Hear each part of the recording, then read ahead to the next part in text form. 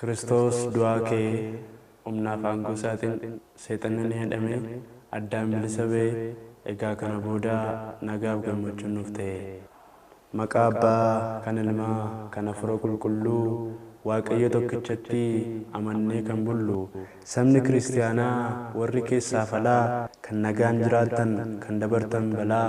firoonni ergamootaa jaalalleen tolootaa ijoolleen Maariyaam giiftii qulqulleettii haadha gooftaa keenyaa ulfina qabeettii du'aa ka'uu gooftaa warri geessan martuu nagaa kiyya hafuuraan ashamaa akkam jirtu. Seenaa fayyuu keenyaa dhukkubbii gooftaa koo kanan katabuudhaaf yaale walaloo koo humna waaqayyootiin ittaanseen dubbisa hanga xumuraatti qalbiin na caqasa. Gatii koo kaffaluudhaaf dhiistee teessoo kee warqee jaalalachan na dhibee taa'uuf ciisuu na dhorke waa'ee koo jajjabaattee dararaa mootii hamaa gammoojjitti jooruun kee akkamiin dagatamaa.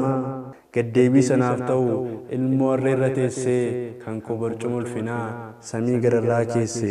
Gaarummaa gochuu keetiif dhaabattee mana seeraa nyaachisaaf sooraa taatee beeloftee bara beelaa gindillaa muka fannoo bu'aa cubbuu koo qaaxaa fudhattee yeroo guftu yaaduuf garaan nyaata. Harki kan kee qaqqabee kan na guddise baatee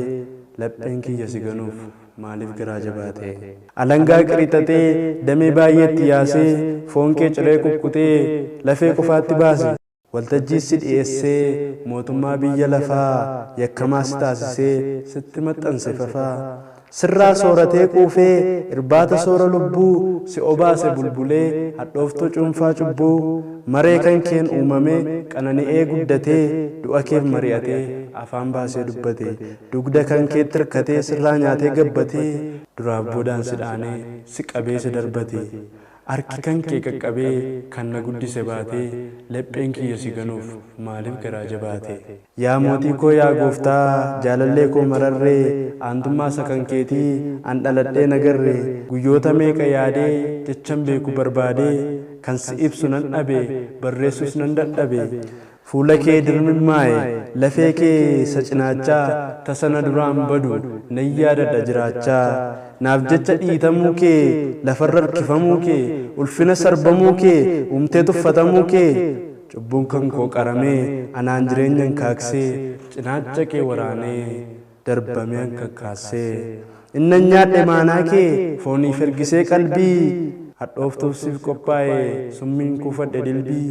Yakka koorraa tolfame alangaan mataa danuu hanga foon kee luqqisee lafeen kan kee argamu. Summiinan cufa kootii tuffiidhaan dabalamee anaaf jechaam yaa gooftaa maddiin kee kabalame. Anaaf jechaam yaa gooftaa maddiin kee kabalame.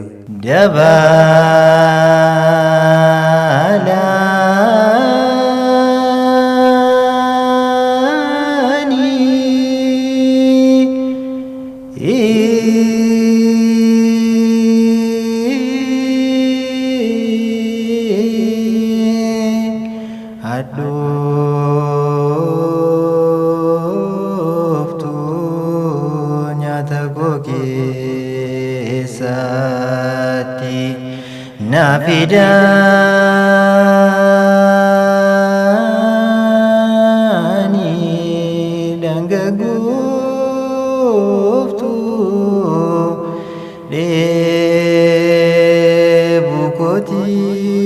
debukotif dabalani.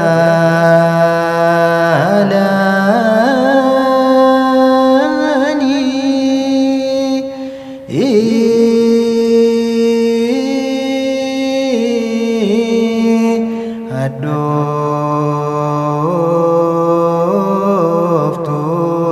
nyata koo keessatti.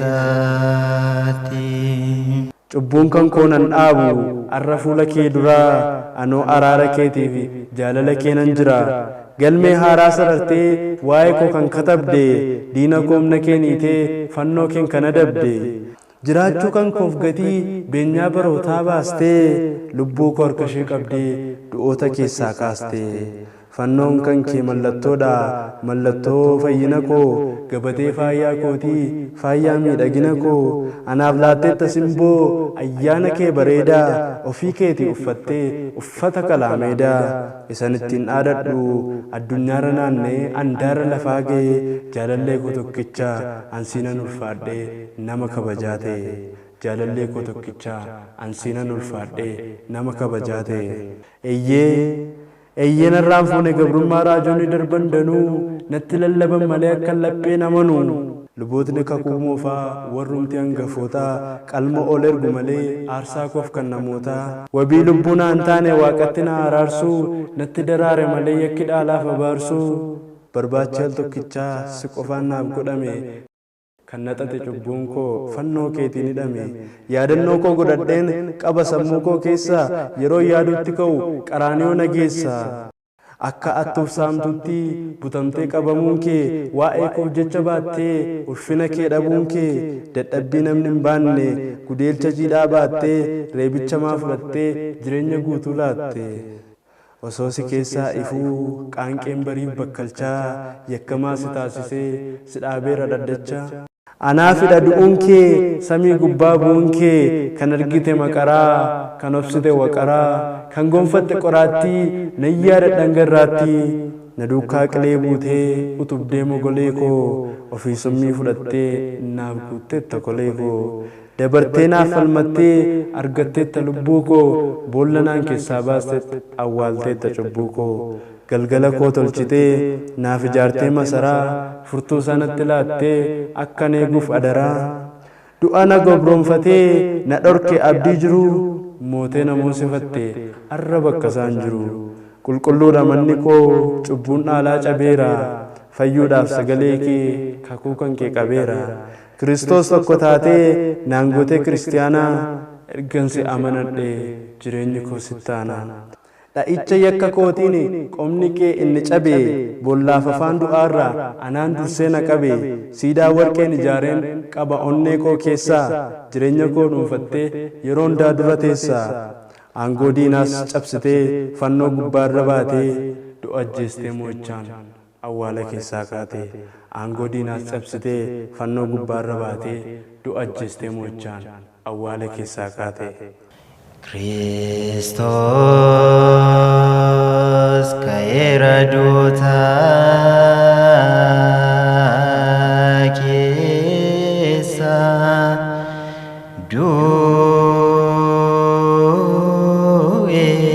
du'ee balleessee du'a awwaala keessa kan jira kenneefi jireenya bara baraanii boqonnaa